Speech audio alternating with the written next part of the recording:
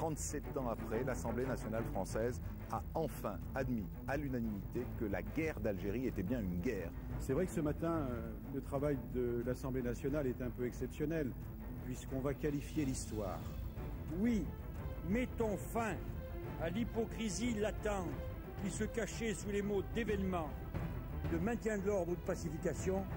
Rompons avec un tabou de notre temps. Enfin, oui enfin, la République ose assumer pleinement son histoire, avec ses gloires mais aussi avec ses erreurs. En 1954 donc, c'était bien une guerre que la France avait engagée en Algérie. Ainsi, nous inscrivons dans notre droit aujourd'hui la reconnaissance de la guerre d'Algérie. Aucun peuple, aucune société, aucun individu ne saurait exister et définir son identité en état d'amnésie. Et la réalité, la grande réalité, c'est que la fin tragique de l'histoire commune depuis 1830 entre l'Algérie et la France fut une guerre. Elle n'a pas seulement mis fin à plus de 130 ans de colonisation, mais elle fut aussi, à bien des égards, une déchirure.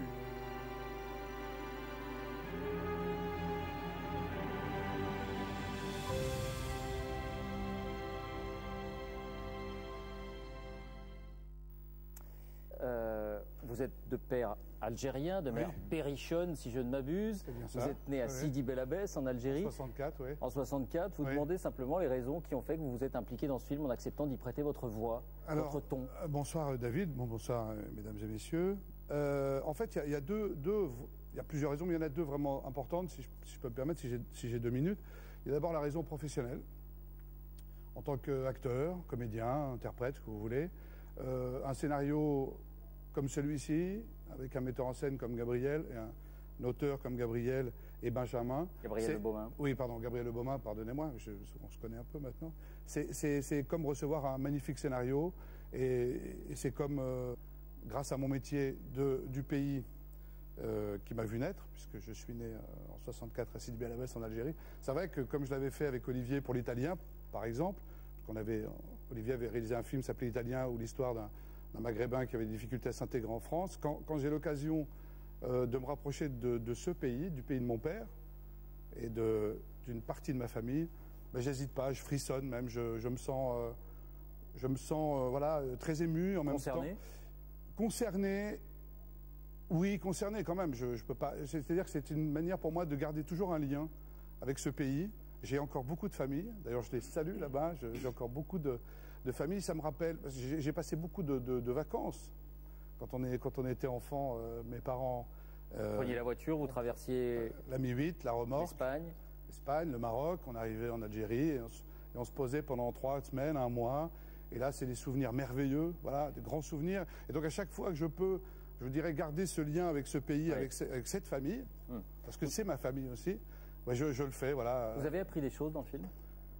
Ouf, oui, bien sûr, j'ai appris des choses, évidemment, parce que peut-être la troisième raison qui m'a poussé à faire ce commentaire, c'est aussi parce que j'avais envie de savoir, envie de connaître, enfin, vraiment,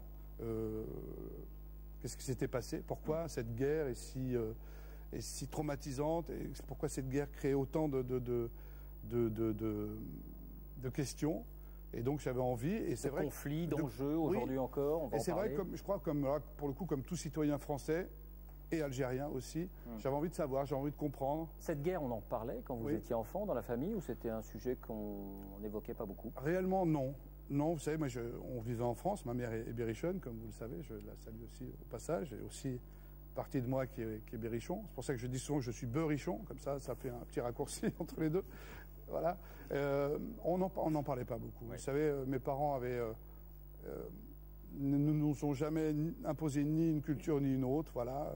Encore aujourd'hui, voilà, on avait le choix de notre culture, notre religion, de tout ce qu'on avait envie. Donc, on parlait pas de la guerre d'Algérie. C'était le franco-algérien version amour pur et pas du tout version conflit. Oui, et puis, oui, absolument. Bien sûr, non, ça, on est très, très fiers.